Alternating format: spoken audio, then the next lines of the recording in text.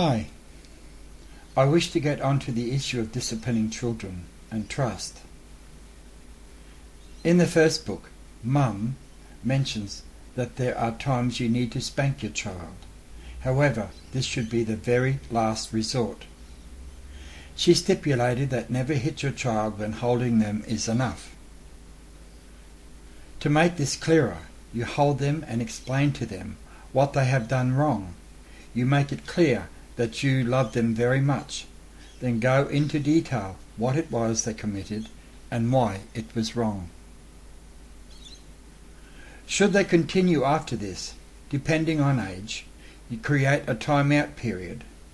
By the time your child is 2, they have already established by what you have taught them what is right and wrong. They are smart, smarter than most parents give them credit for. You, on the other hand, need to be smarter. How, you may ask? Always be true to yourself, and if married, be honest with one another. Your children watch your every move. They have to.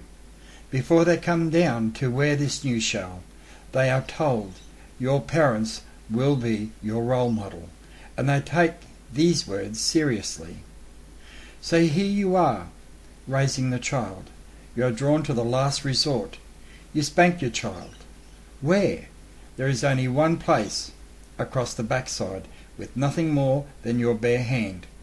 You do not hit them across the head, face, ears, arms, hands, legs, back, or on any other extremity, only their backside, and only as a last resort. This normally takes place in the early stages of their life, when they first start crawling. It is during this period you establish your position. By the age of 2, another method kicks in. This is when you have time out.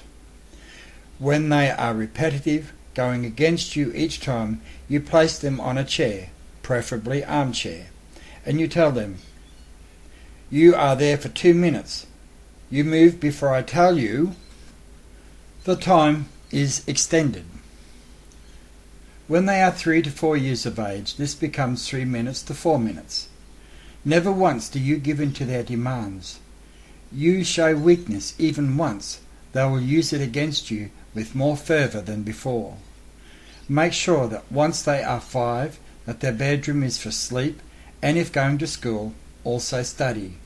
You do not give them televisions, games or any other thing that they can use to pass away the time and turn their room, when sent in to be punished, into a place of play. Not even a computer should be given to them for the room until they are deemed not only old enough, also trustworthy enough to have one. We all know what things can crop up when they are unsupervised. You can have a computer set up where you will be able to monitor them and the screen.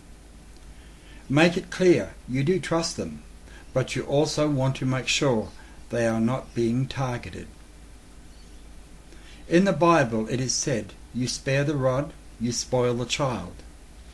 It is a metaphor, meaning a figure of speech and not an actual object.